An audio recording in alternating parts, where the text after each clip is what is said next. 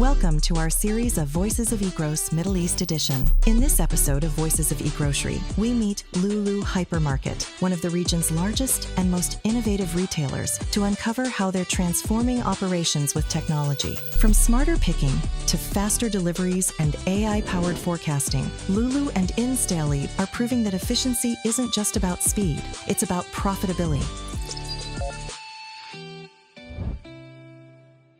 Good morning, everyone, and welcome to another edition of eGrocery Voices, hosted by InSleep. My name is Bas. I'm the host. I'm the VP of International for InSleep. I'm here together with Pritam. And today we have a lot of exciting topics to talk about. We're here tuning in from the United Arab Emirates, one of the most exciting eGrocery markets here in the GCC region. A lot of things happening right now in this region. A lot of new marketplaces still entering the market, and we're going to talk about how demanding this market is. Customers expect a lot here: delivery, efficiency, speed, member experience. So these are all topics we're going to be talking about.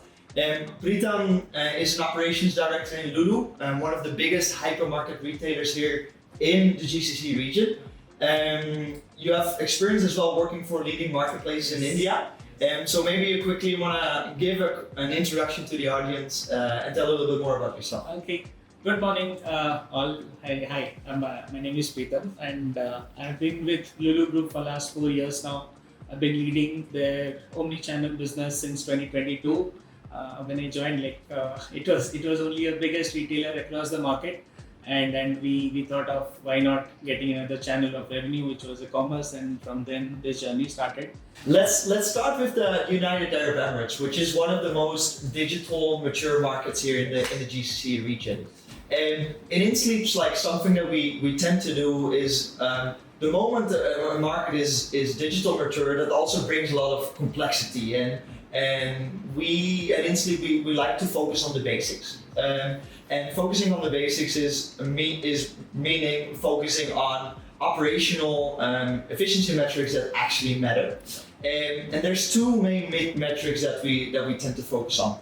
The first one is on-time delivery percentage, so making sure that you consistently deliver products on time. And the second one is missing products, so making sure that you're actually delivering the basket that the customer is requesting.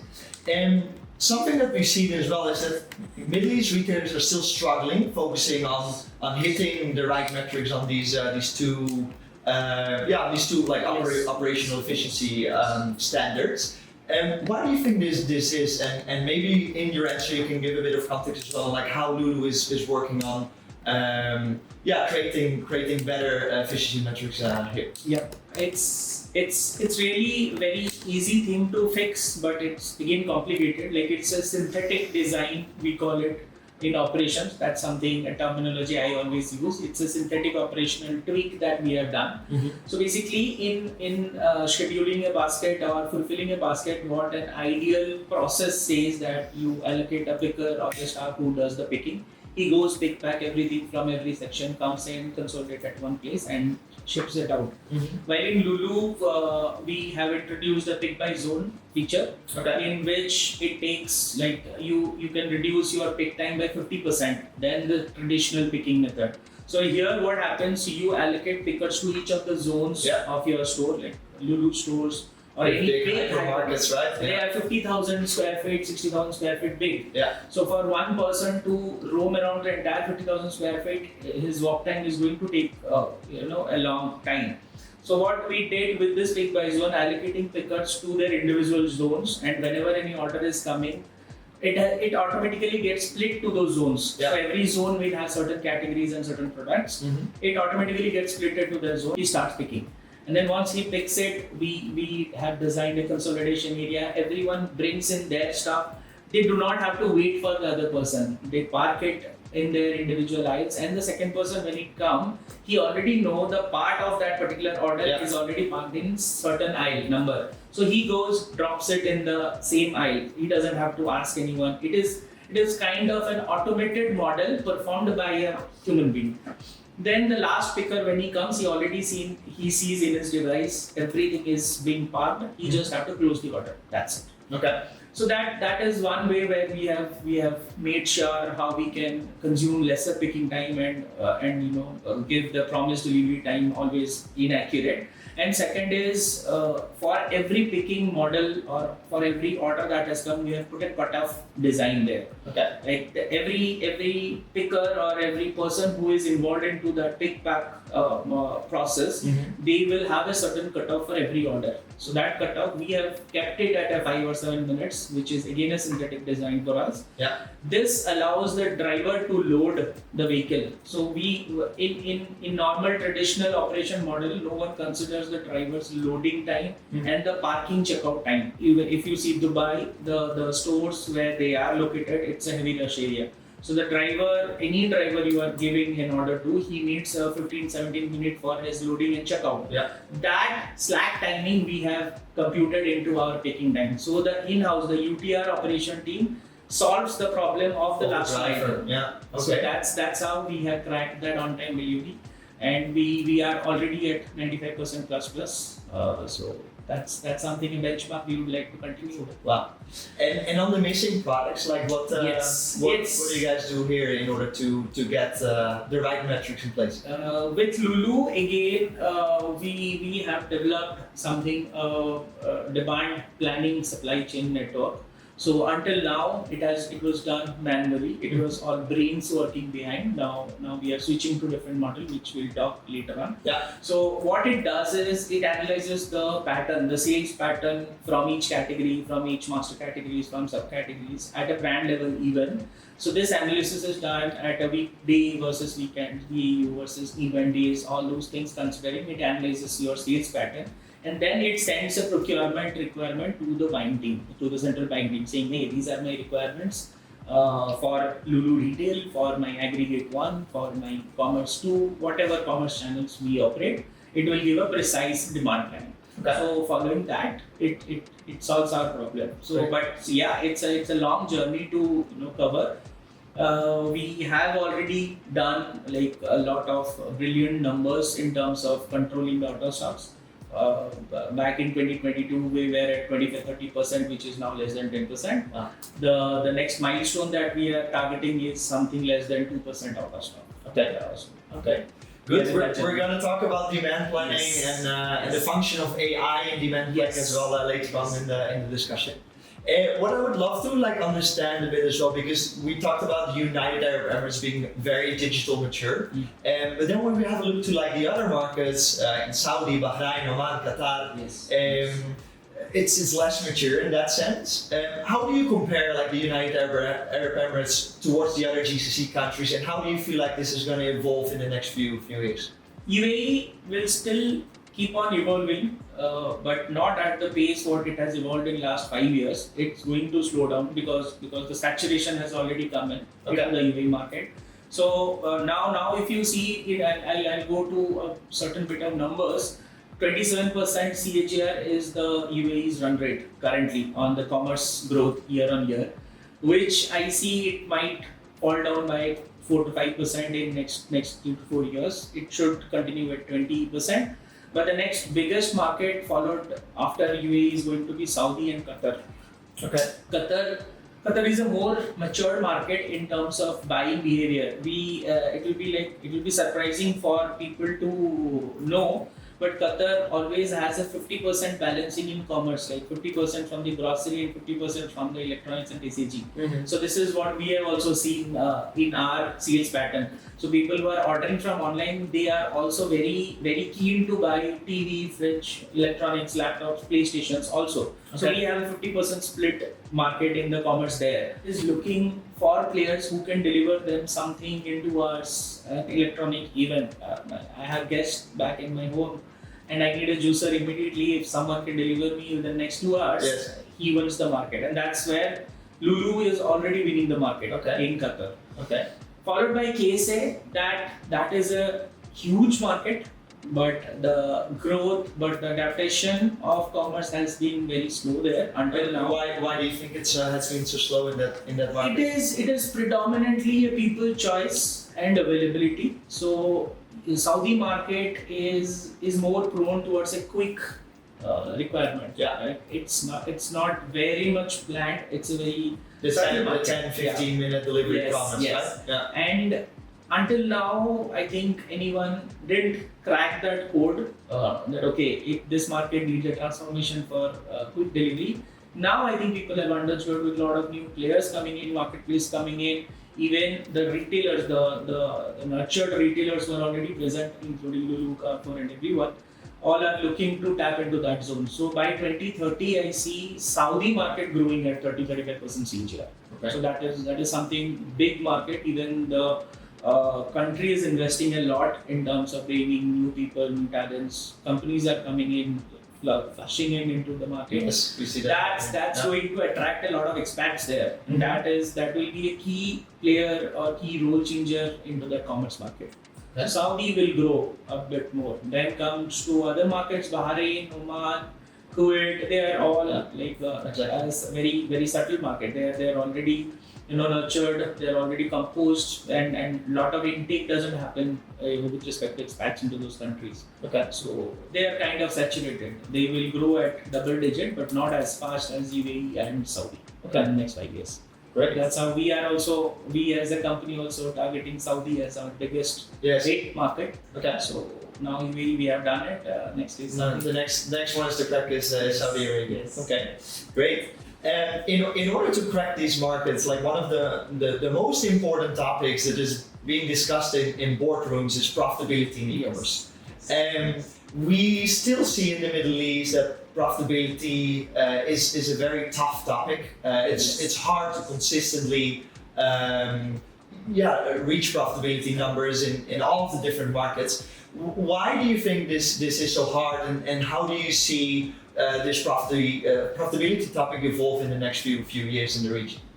Yeah, it's not as complicated because this market is yet to be matured in terms of gig workers. So gig workers, when they start flowing in, this problem will get solved in a bit terms. Yeah. But majorly, if you ask on operations, which part takes away the majority of cost is the last mile. So last mile always kills your entire profitability. Yeah. And followed by UTR also takes it under the roof operations, because you have to manage your staffs, you have to manage your inventory, the weight variations, all those things are there, and even your capex cost, those are there. But yes, the higher side is last mile. So yes, on last mile also, how Lulu have done design again in operations, it was again a synthetic design that we have injected into the traditional model, is having a mixed combination of your fleet, Lulu's in-house fleet, composite link with the third-party fleet, and a delivery routing program, which we have done. So it is not a traditional route that has been designed. It is a zone under a cluster. That is kind of a delivery pattern we have done. So if a van is traveling to a cluster, it should have 1 or 2 zones orders already clubbed in. So in that way, what happens, I manage to handle my promised delivery time to the customer, and my van's productivity increase, my utilization of the fleet also increases. So I'm reducing my cost there. And while it comes to the bikes and other fleets, that's where we play around with our design system, with our LMS design system. At any order which is having less than 5 SKUs or 3 SKUs, why don't I do a batching to a single driver? So these are the trends that has already been done back in India. Like India being a mature market there, we already did all those things. Yeah. So from there, I bring all these expertise into this system in UAE right now, and that has given us a good recovery in our last mile costs. So cost per delivery is the major thing. Yeah. So we have kind of 30-35% saved now in our cost per delivery with all these design injections. Wow. And you mentioned like using both your own in-house fleet of drivers and then working with 3PL deliveries as well. How do you make sure that you make always the right decision on whether to use your own in-house fleet of drivers versus 3PLs? And do you, for instance, have specific geographies in the GCC region where you say like, hey, it makes way more sense to only use 3PL instead of in-house fleet of drivers? Yes. So in entire Lulu's network across the GCC, over all 6 countries, three countries still continue to doing with our own delivery vans and bikers. It is with respect to the local laws, with respect to the localization policies and lot of things, other things. Like for example, Oman is completely focusing on localization.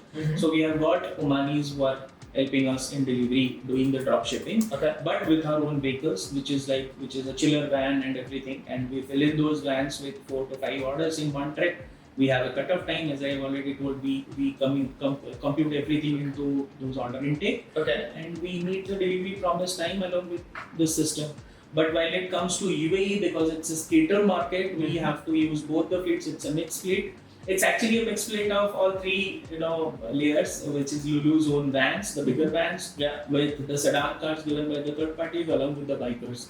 So basis the routes that are being created by the software, by our software we are using, and this is the last mile design that we have injected into this. So that's how we have cracked that code here.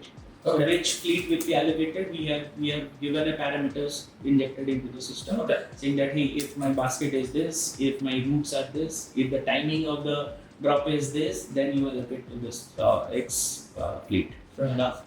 And one of the questions that retailers are asking us a lot in InSleep when they have both their own in-house fleet of drivers and when they work with 3PL delivery fleet drivers as well, it's like, how should I manage the 3PL fleet of drivers? Because most of them already have their own in-house delivery technology. Then in most cases, the retailers that have already advanced routing systems as well. The 3PL is a bit hesitant to use another technology. In for instance, the example that you gave in Qatar, how did Lulu manage that situation with the 3PL technology?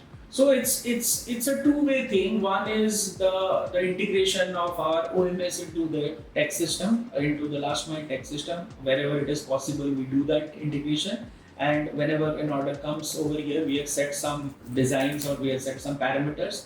The timing, the pick timing, the drop shipping timing, the collection timing. So it's a journey. It's a collect, arrive, pick, reach, and deliver. So it's a complete journey. So for every journey, we have allocated a slack timing. We have allocated a certain dispatch the counter, which it's a countdown timer we have given. Automatically it gets allocated to the 3P driver. So it doesn't matter whether the 3P driver is available or not. It goes straight away into their server where all the drivers are able to see that order. And whoever is nearby to my Lulu store and is available, he can accept it, come and collect. That is one part, but not all the last mile players will have this technology because it needs a lot of investment into digital thing. Yes. That's where I think we have cracked another good thing with InSleep is having our system, our last mile application installed into their devices, into their entire fleet devices. They logs into the device and whoever is free can get that order. So that has actually helped us to manage the 3P drivers also. They become accountable for that, and with the incentives that we offer for these drivers, for the part-timers, it's that is where they come around. They see the order, whoever accepts the more order and drop it on time, they get more incentives. That's how it has been easy for us. Or else it would have been a very manually difficult work to allocate each and every order to the driver, each shipping. We will not have any monitoring also. But with the software, yes, it's controlled. Okay. Let's talk a little bit about the marketplace versus own e-commerce channel orders. Yes. I think one of the things that we're seeing right now in the GCC region is that a lot of new marketplaces are still entering the market. A lot of marketplaces are heavily invested in the market. They're burning money into the market as well. What we also see is that a lot of big retailers are in the marketplace platforms, right? Lulu is an example where you have your own e-commerce channel, you have your express model, you have your click and collect model, your next day model. But on top of that as well, you're working with Talabat, you work with Amazon. There's potentials to work with Kita as well, the new Chinese player. And how do you make sure you manage the operations well when you're working in so many different channels at the same time? And also from especially a picker perspective, how do you make sure that the pickers can manage orders from so many demand generation channels simultaneously? It's a two-way thing to answer that. First is the network design that we do. Like it's a completely decision by the operations head how he plans the network, which stores to be allocated, which fulfillment center to get what volume of orders. Everything is planned. Then comes to your UTR on the fulfillment phase. There, yes, it will be really difficult if we have 3-4 players operating from the same platform to one same picking staff. You cannot allocate him multiple picking devices. There needs a platform that need to come in which can integrate with all these platform across, bringing the orders into one single platform. Yeah. And the same picker or the picking staff can see multiple orders, and we can even, as I said, the pick process which we have designed as a pick by zone. In that way, if one device is collecting everything or one software is collecting everything into one single platform, it makes our life easy in that way. That I know if a zone picker is picking 10 items, I know that he is already picking for all 3 aggregators at the same time. Yeah. So none of the partners can come over and flag it saying that you have given a more priority to the partner 1 or the partner 2. It is a same equal priority we give to all the players via this model. So yeah, currently it is all manual happening, but in a next phase, maybe in next year, we are looking for a solution that will club everything into single platform, and that really helps us. Yeah. Right. And then one of the other things as well that we're seeing with these marketplaces so heavily invested in the Middle East market is that it becomes challenging for retailers to compete against these marketplaces in your own express channel in your e-commerce. Yes. How do you see this evolving? Because one of the things that we already see with, for instance, like a retailer like Carrefour, is a big switch between marketplace orders growing versus like own e-commerce channel orders. How do you see this evolving in the next few years in the Middle East market? Next 5 years are going to be really difficult for the retailers. If retailers like Carrefour and Lulu are looking to sustain this market shift that is right now happening, we have to go balancing both the channels. It's a cool down period for us to survive the market, to have our presence in the market, to have our longevity. And see, for Carrefour and Lulu as retailer, I'll talk about Lulu more. For Lulu as a retailer, we will continue leading the market because of our affordability and the range that we hold. The range that we still hold cater to a lot of nationalities, may it be the Europeans, may it be the Asian community, may it be the local community. We have a vast range of assortment and the affordability. Pricing, like it is already in the public information, we are still the cheapest in terms of affordability. Mm-hmm. So that is going to be our USP in continuing this. But yes, competing with this new players coming in, I don't see a lot of challenge. But yes, for Lulu or Carrefour as big retailers, we have to develop our own channels parallelly so that we are ready by next 5 years to compete with them. Okay. Until then, it doesn't see as a lot of business risk to continue with them along with our commerce channel. Okay. Because we still hold the heavier side because of the assortment curation or the assortment parity that we have done between aggregators and our own channel is it's the huge margin difference. Mm-hmm. Like we have diluted maybe 30-35% of our overall assortment to the aggregators.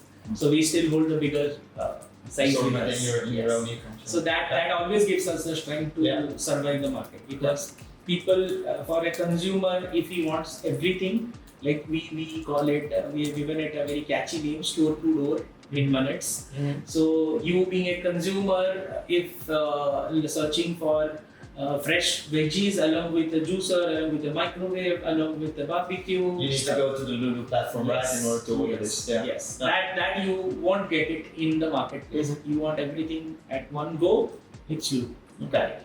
So that's how I'm seeing our sustainability and our perseverance in the market will continue.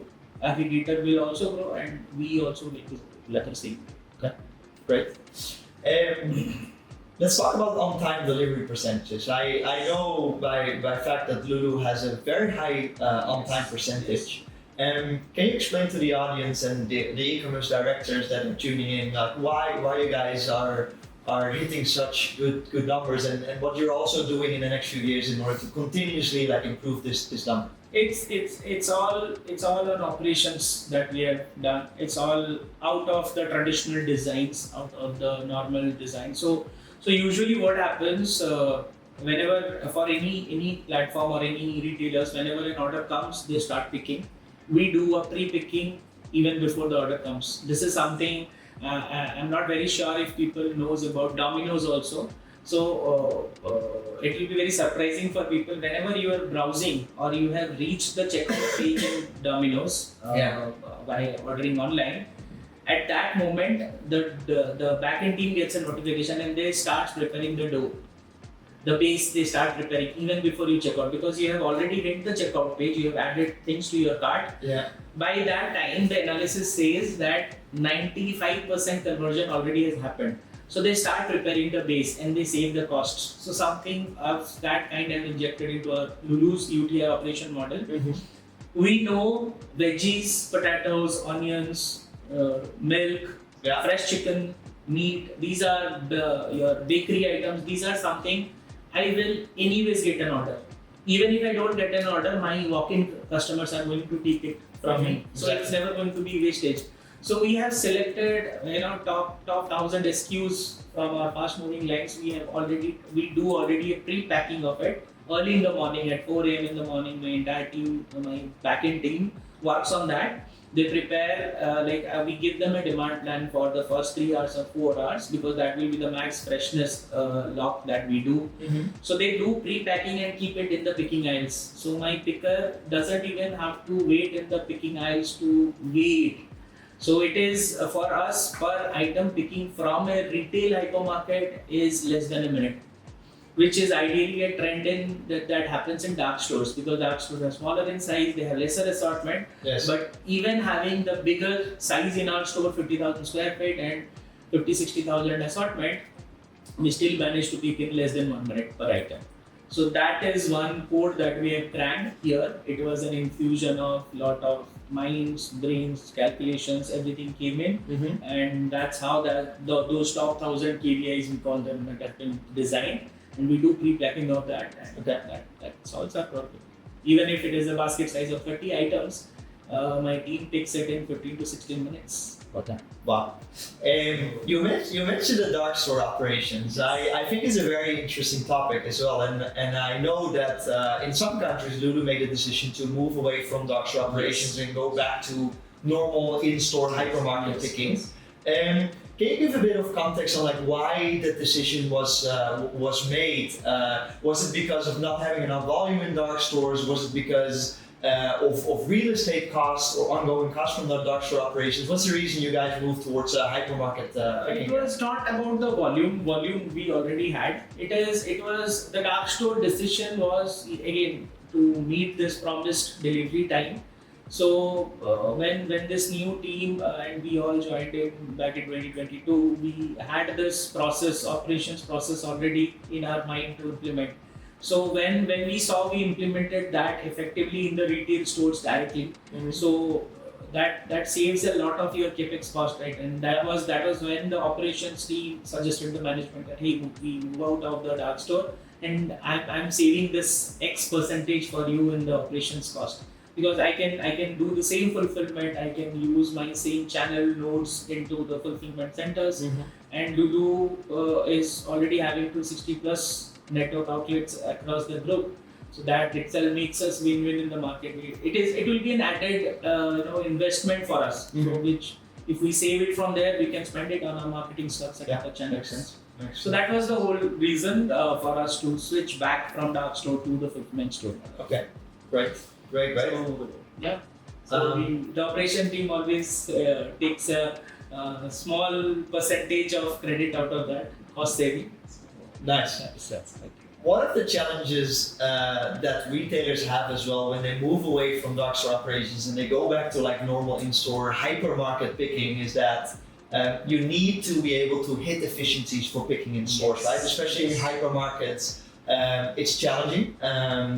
What has Lulu done in order to increase efficiencies in hypermarket picking in terms of like items picked per hour per picker, in terms of replacement rates, like these type of metrics? Yes. So with Lulu, we still don't believe in replacements.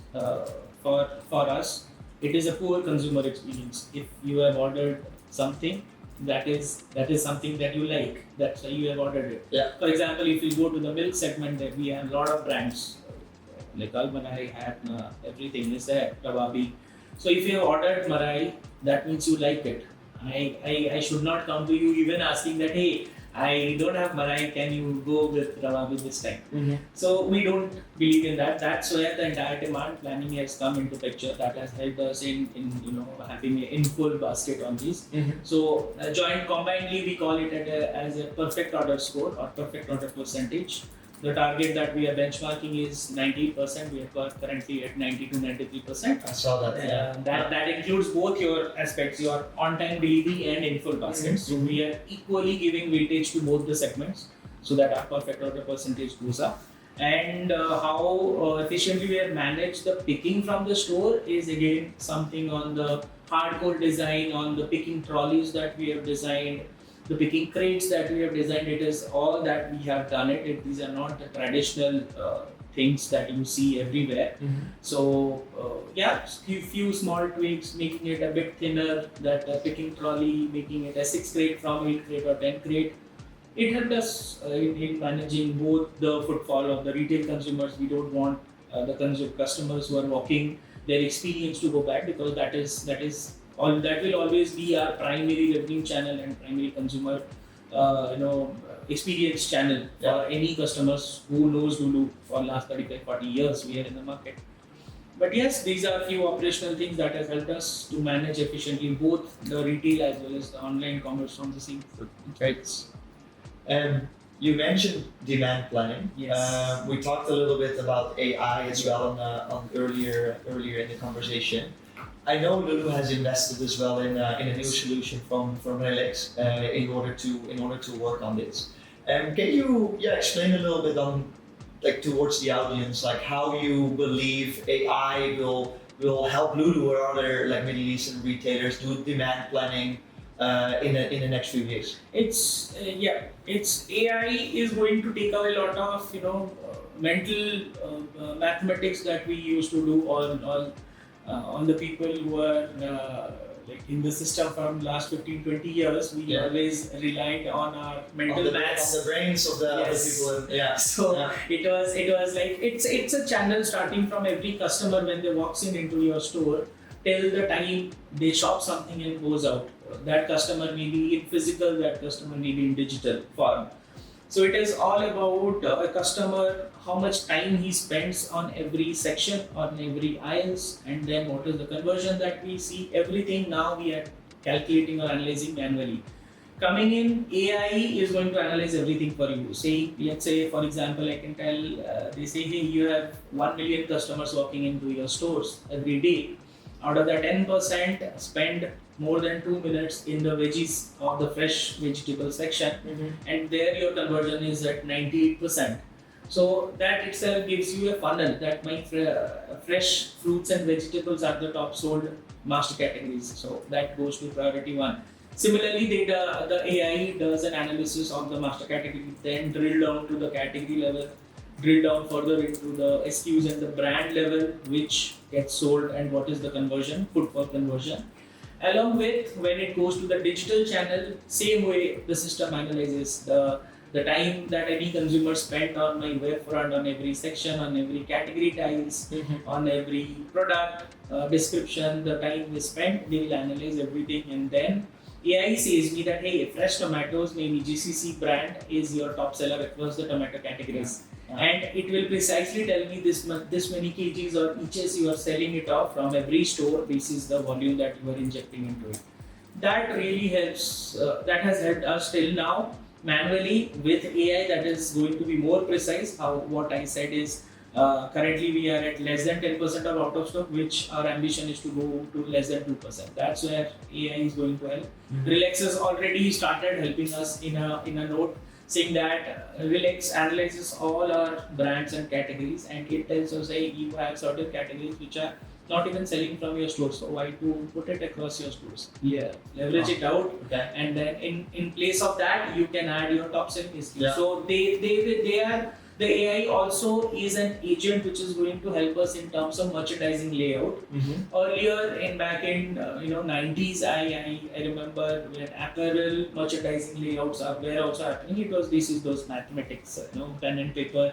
Okay, my t-shirts are selling this much, this size is getting sold this much, and we allocate merchandise shelves accordingly, which will be 2 folds, which will be 1 fold. Now the entire thing AI is going to tell us, saying that, hey, if AI is saying your Egypt bananas are getting sold more, it will tell me that, hey, you need to allocate 1 more shelf for Egypt bananas. Pull out from your back store, give it to the front shelf, and you will get X revenue out of it.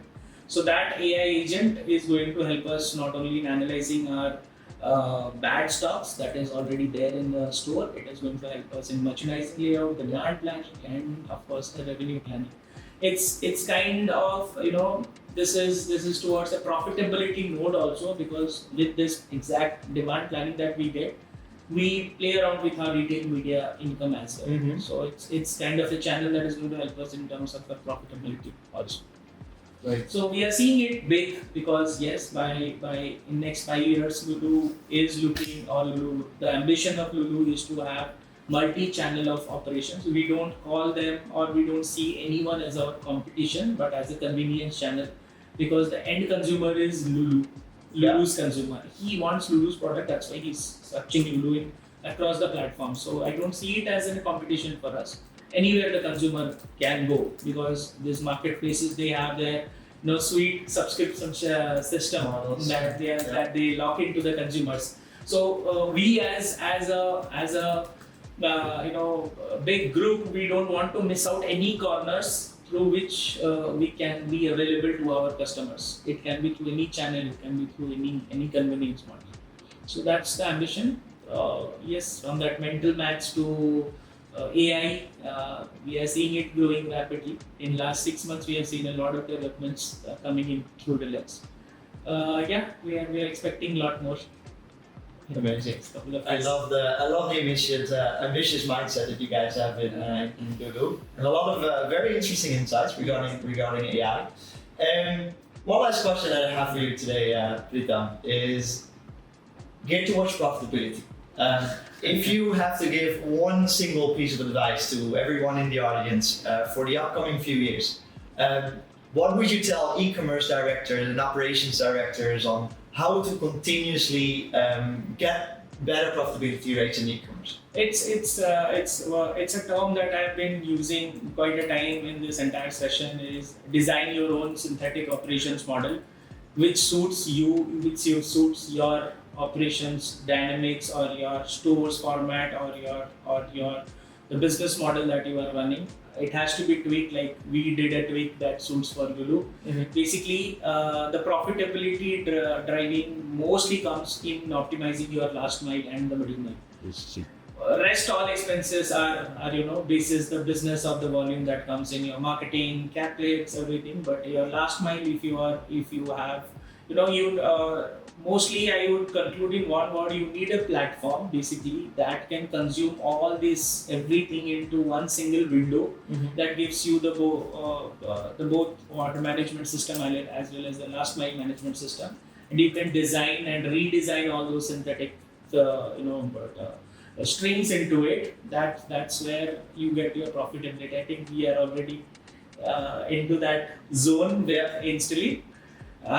So I'm really hoping to have this, all these synthetic designs to go much bigger than this what we have done in last couple of years. So that should be our only way to capitalize your budgets and cost and eventually profit. I love it. Good way to end today's session. Thanks everyone for tuning in again, and see you in the next one. Thanks a lot, Pritam, for all of your interesting insights.